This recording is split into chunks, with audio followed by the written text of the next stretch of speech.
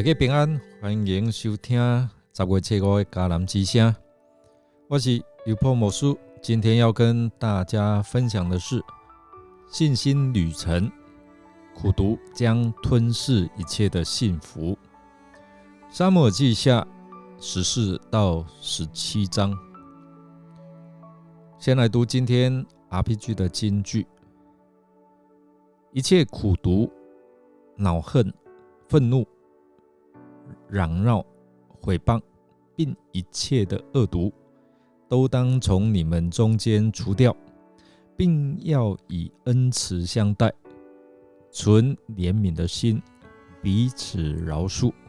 正如神在基督里饶恕了你们一样。以弗所书第4章31到32节。我们稍不注意就苦毒会像园中的野草，恣意漫生。你必须将它们连根拔起。某一些情绪所带出来的苦毒，就像那些埋在土中的种子，在我们的心中会快速长出根来。苦毒会使人走向自私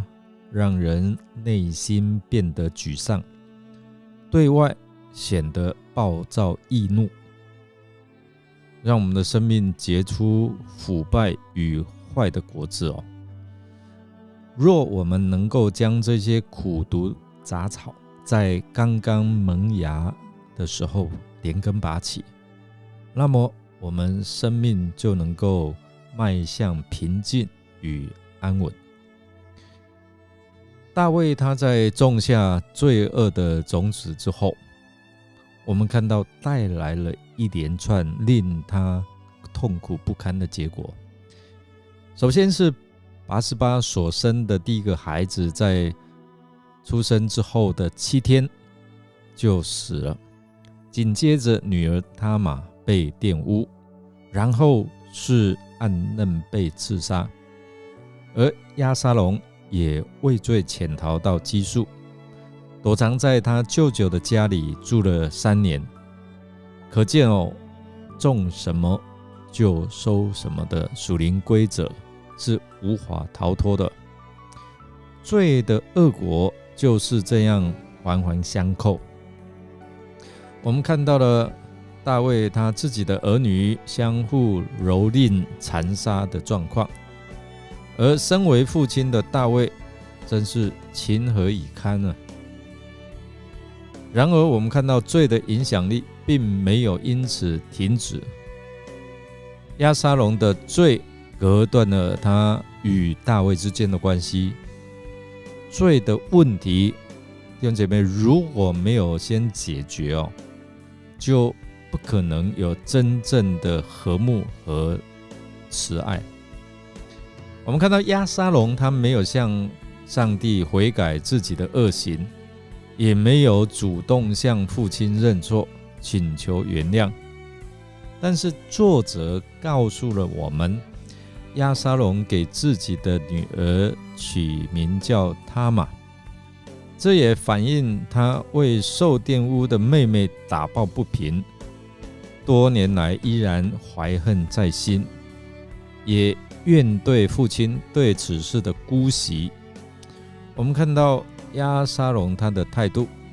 让我们看到他紧紧抓住暗嫩的罪，不饶恕，却完全没有意识到自己也犯了杀人罪。多年来他一直让这个怨恨苦毒盘踞在他的心中，他想靠自己的外在条件和优势来博取别人对他自己的好感，最终他叛变，但是却一步一步靠近灭亡而不自知。如同箴言给我们的警醒就是有一条路人以为正，至终成为死亡之路。罪的代价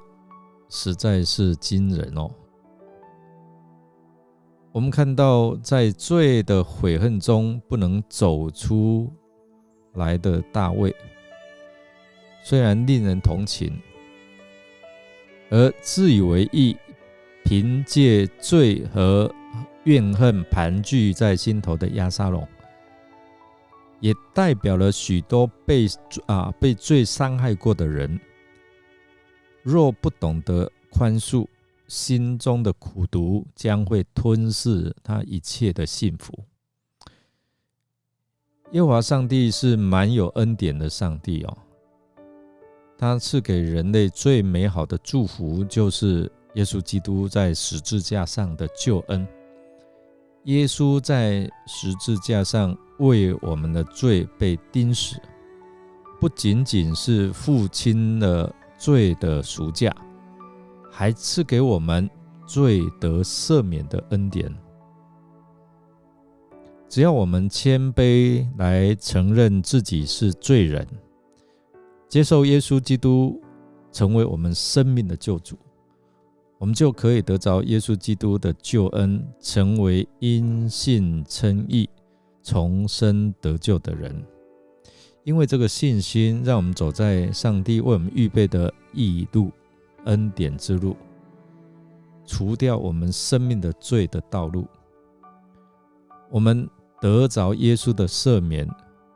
也需要主耶稣来帮助我们除掉一切的苦毒、恼恨、愤怒、嚷闹、毁谤，并一切的恶毒，并且能够以恩慈相待，存怜悯的心，彼此饶恕，正如上帝在基督里饶恕了我们一样。弟兄姐妹，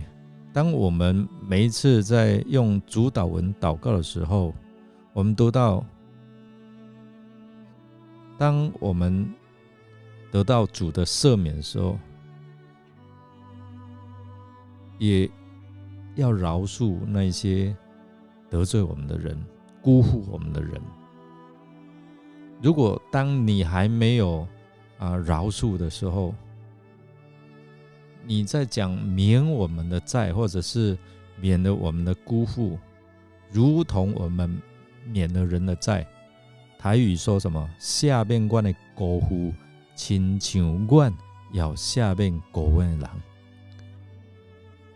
如果我们没有饶恕的时候，我们就这样讲祷告的时候，